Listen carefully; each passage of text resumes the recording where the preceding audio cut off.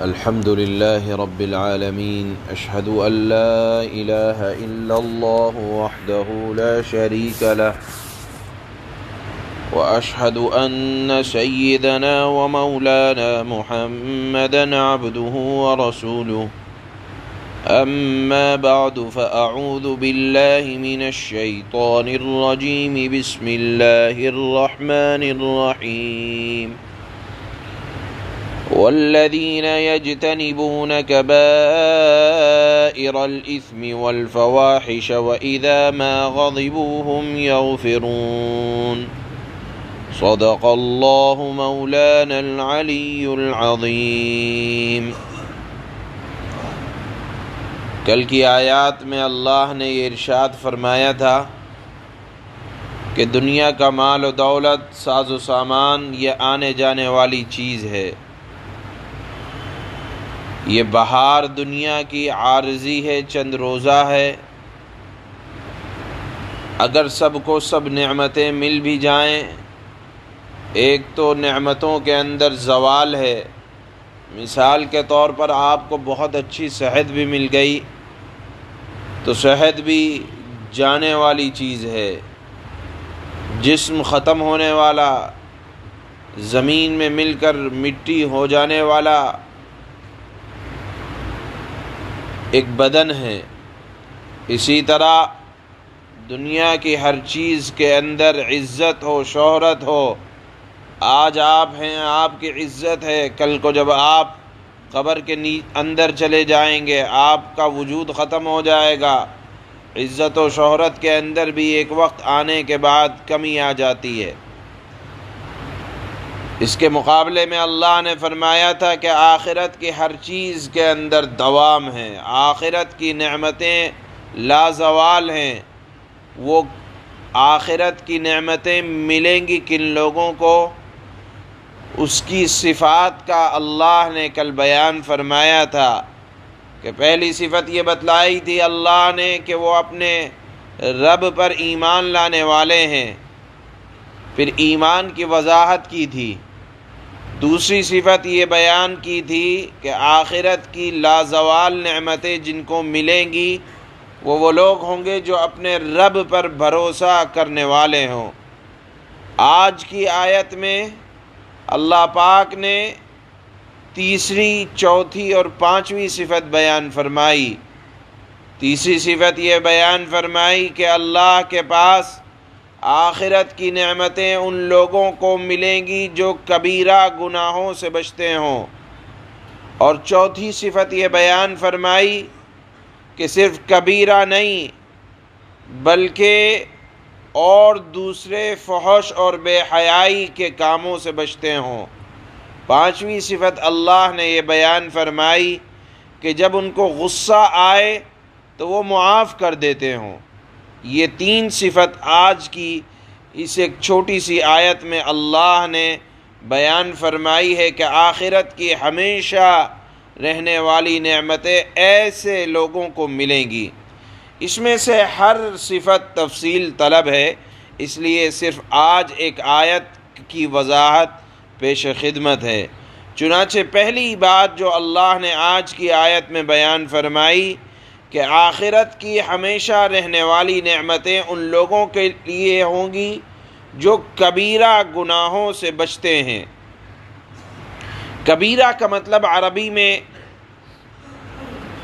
بڑے گناہ کے بارے میں آتا ہے، لیکن یہاں یہ بات یاد رکھنا چاہیے، علماء کی جماعت اس بات کی طرف گئی ہے کہ شریعت میں کوئی گناہ چھوٹا یا بڑا نہیں ہوتا، کیونکہ گناہ دراصل یہ اللہ کی یا رسول اللہ کی مخالفت ہوا کرتی ہے، اور اللہ کی اور رسول اللہ کی مخالفت چاہے چھوٹی ہی کیوں نہ ہو ہلاک کرنے والی ہوا کرتی ہے۔ لہذا گناہ اپنی ذات کے اعتبار سے چھوٹا یا بڑا نہیں ہوتا۔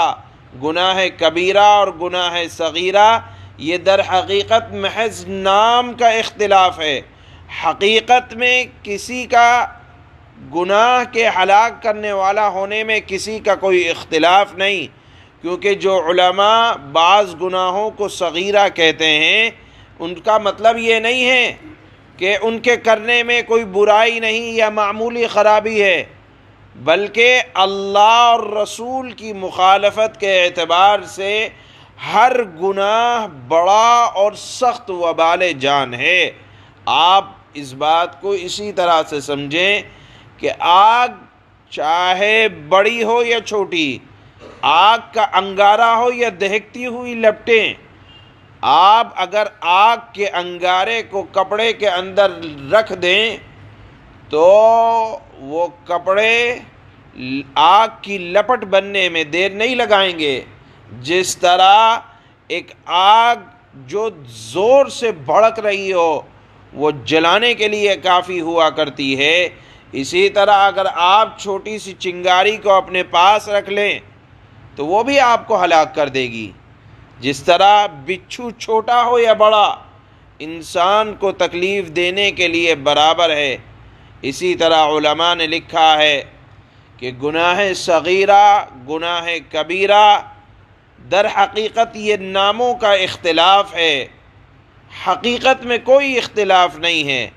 اور بعض علماء گناہ کبیرہ اور گناہ صغیرہ کی اس طرح تعریف کرتے ہیں کہ گناہ کبیرہ وہ گناہ ہے جس کی قرآن اور حدیث کے اندر وعیدیں آئی ہیں۔ مثال کے طور پر بعض گناہ پر اللہ نے لعنت برسائی ہے، بعض گناہوں کے بارے میں اللہ نے فرمایا ہے کہ وہ گناہ کرنے والا جہنم میں جلے گا، جیسے شراب نوشی، زنا، یا پاک دامن عورت پر تہمت لگانا، ناحق کسی کے مال کو کھانا، یا گواہی کو چھپانا، جھوٹی گواہی دینا، ناپ تول میں کمی کرنا، کسی کا مال چھین کر لینا، کسی ظالم کے پاس کسی کی چغل خوری کرنا، یعنی یہ وہ گناہ ہے۔ اس طرح تقریباً 100 کے تعداد کے آس پاس گناہوں کی تعداد گناہ کبیرہ جن پر شریعت میں وعیدیں آئی ہیں بیان کیے گئے ہیں، اور جن گناہوں پر وعیدیں نہیں ہیں، محض ممانعت آئی ہے کہ ایسا نہ کرو، علماء نے ان کو گناہ صغیرہ کہہ دیا ہے۔ حضرت امام رافعی رحمہ اللہ فرماتے ہیں کہ گناہ صغیرہ تب تک گناہ صغیرہ ہے جب تک اس پر اصرار اور دوام اور ہمیشگی نہ ہو۔ اگر آپ ایک چھوٹا سا کوئی بھی گناہ برابر مسلسل کرتے آ رہے ہیں، پابندی کے ساتھ کرتے آ رہے ہیں، تو پھر گناہ صغیرہ پر پابندی وہ آپ کو گناہ کبیرہ تک لے جائے گی۔ یعنی گناہ صغیرہ آپ برابر کرتے چلے آ رہے ہیں تو آپ یہ نہ سمجھے کہ میں گناہ صغیرہ کر رہا ہوں، بلکہ برابر پابندی کے ساتھ کرنے کی وجہ سے وہ گناہ صغیرہ نہیں بلکہ گناہ کبیرہ بن جاتا ہے۔ بہرحال یہاں آیت میں اللہ فرماتے ہیں کہ آخرت کی لازوال نعمتیں ان لوگوں کے لیے ہیں جو گناہ کبیرہ اور سے بچنے والے ہوں، اور صرف گناہ کبیرہ ہی نہیں بلکہ بے حیائی کی باتوں سے بھی بہت دور رہتے ہوں۔ یہاں جو اللہ نے 2 لفظ استعمال کیے کہ ایک تو گناہ کبیرہ اور اس کے بعد بے حیائی کی باتیں، اس سے معلوم یہ ہوا کہ گناہ صغیرہ بھی گناہ کبیرہ بن جایا کرتا ہے، تبھی اللہ نے کبائر کا استعمال کیا۔ حضرت مفتی شفیع عثمانی نور اللہ مرقدہ کا ایک رسالہ ہے انذار العشائر من الصغائر والکبائر، اس میں حضرت مفتی شفیع عثمانی نور اللہ مرقدہ نے تقریباً 86 گناہ کبیرہ کو بیان کیا، اور پھر فرمایا کہ گناہ کبیرہ صرف یہی نہیں ہے، ہر وہ گناہ جس پر اصرار ہو جائے وہ گناہ کبیرہ بن جایا کرتا ہے۔ تو دوسری صفت یہ بیان کی جا رہی ہے کہ وہ بے حیائی کی گندی باتوں سے بہت دور رہنے والا ہو۔ اور تیسری صفت اللہ نے آج کی آیت میں یہ بیان فرمائی، وَإِذَا مَا غَضِبُوا، جب غصہ آ جائے، یعنی نیک آدمی کو بھی، دیندار آدمی کو بھی غصہ آئے گا۔ اللہ نے جلال کو مزاج میں رکھا ہے، خون کے اندر گرمائی ہے، نیک لوگوں کو بھی غصہ آئے گا، لیکن ان کی صفت یہ ہے کہ غصہ ان کو برابر نہیں رہتا، بلکہ اگر غصہ آ جاتا ہے تو وہ فوراً غصہ کرنے کے بعد فوراً معافی مانگ لیتے ہیں یا معاف کر دیتے ہیں۔ معلوم یہ ہوا کہ غصہ آنا فطرت کے اندر داخل ہے، لیکن اس پر جمے رہنا یہ شیطان کی طرف سے ہوتا ہے۔ اگر غصہ آئے تو تھوڑی دیر میں معاف کر دینا چاہیے۔ اسی لیے حدیث میں آتا ہے کہ اگر غصہ آ رہا ہے، اگر بیٹھے ہو، اگر کھڑے ہو تو بیٹھ جاؤ، بیٹھے ہو تو لیٹ جاؤ اور وضو کر لو، کیونکہ غصہ شیطان کی طرف سے ہوتا ہے۔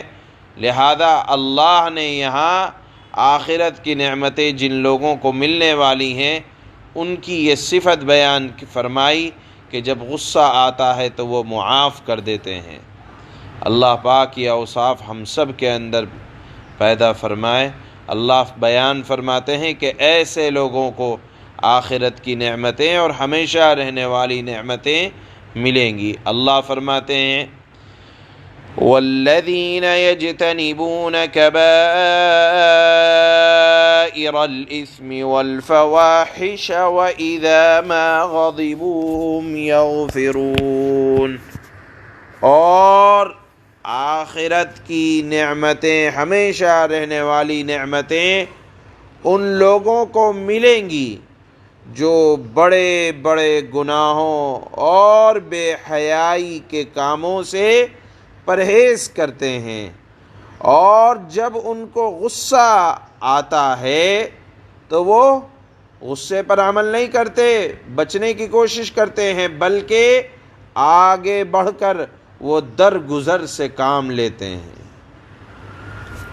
سبحان اللہ و بحمدہ، سبحان اللہ۔